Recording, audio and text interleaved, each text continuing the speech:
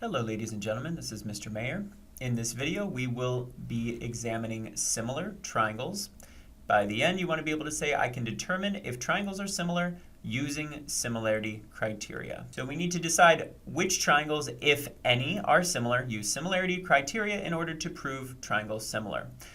Let's make sure we understand the difference between similar triangles or similar figures and congruent figures. Remember, similar figures, they have to have the same shape, but they have to also have, number two, proportional or different sizes. So what this means to us is that the first criteria is that they must have congruent corresponding angles. So just like congruent triangles, similar triangles still have to have all the angles matching between the two. Okay, so your angles must be congruent between the two triangles. The corresponding angles must match.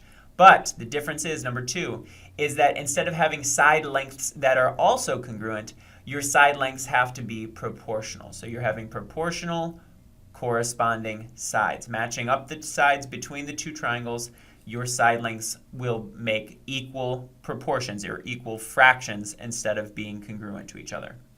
So let's just go step by step. We're going to make sure, we're going to decide if any of these are similar. We're going to make sure that all of the angles are congruent in relationship to the corresponding location. So right now I see I've got a 67 matching with a 67. That's great. I see I have a 41 matching with another 41. I'll put two arcs, two curves there. I see these are not the same, so that might be important to realize. But let's go ahead and look. I notice in all three I'm missing an angle. So that's the first thing I'm going to do. I'm going to use the angle addition postulate to go ahead and find myself that missing angle in each triangle. So maybe I'm going to call this angle in here x. Again, the sum of all the angles of a triangle always add up to 180. So when I combine like terms right there, I'm going to get 139 plus x equals 180. Subtract 139 to both sides, and I'm going to find that x is going to equal 41 degrees. Okay, so I'm looking to see if I'm going to get all of that the same. And notice I already have a 41 here. That's great. I have a 41 here. That's great as well. So I'm going to put two arcs there to remind myself. So far, so good. So next one, maybe I'll go to the next largest triangle. I'll come down here, and I'm going to find this last angle for this. I've got 75 plus 41 plus, maybe I will name this angle y, plus y degrees is going to give me 180. Going ahead, combining the like terms, I'm going to get 116 plus y equals 180. Subtract 116 to both sides, and I'm going to find that y equals 64. So I'm putting this in, and I'm noticing at this point, these two triangles are definitely not matching up. I've got a 72, a 75. I've got a 67, 64. So right now, it's not awesome. It's not perfectly as it should. Let's go ahead and check this last triangle to make sure. I've got 41 plus 67 plus, maybe I will name this one z, plus z equals 180 degrees. Adding up my like terms, I'm finding that this is 108 plus z equals 180. Subtract that 108 to both sides. Z is going to be 72. Haha. So far so good. I notice that this 72 is matching this 72. So if I were to put three arcs here, I now notice, yes, these two have matching, all three pairs of angles matching. This one does not. So next step I need to do is I also need to double check all of the sides. All of your sides need to be proportional.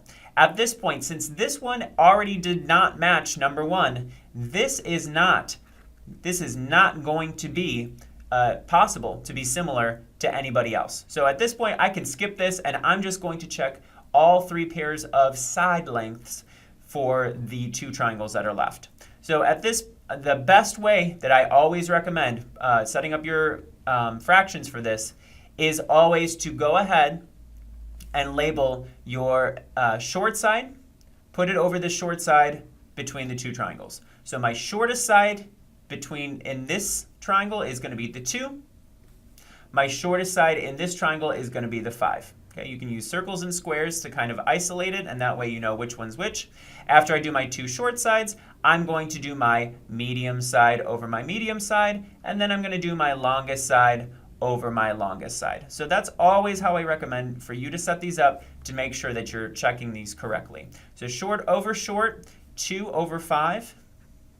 Medium over medium, the next biggest number here is 4, so I'll put a little square, over the next biggest side here is 10. 4 divided by 10. The last one, the biggest side here, longest side here is 5 over 12.5 here. Okay? And very important, if I'm starting with the little triangle, I put the 2 on top because it was in the little triangle. You have to put your little triangle numbers on the top all the way across. Don't mix them up because that will mess everything up. The question, what I'm trying to accomplish here is I need to know if these are proportional, they will be equal fractions. Okay, a couple different ways that you can double check. You can enter these into the calculator and get the decimal. That's always fine. You can simplify the fraction if possible. Some of them are able to be simplified, some of them are confusing. Or you can cross multiply. Any of these will be fine, are good ways. I would say the fastest way though usually is to go ahead and type it in the calculator. So if I were to get the decimal value, if I were to do 2 divided by 5, I'm going to find that this is 0.4. I'm going to find that 4 tenths, 4 into 10, 10 into 4, this is going to be 0.4. And if I divide this one, it's going to be 12.5 divided by 5 is going to be, 5 divided by 12.5 is going to be 0.4 as well. So at this point, I notice all of these are equal. So I made sure my sides, my congruent corresponding angles, that's true. And I made sure that my two triangles have proportional corresponding sides. That's true.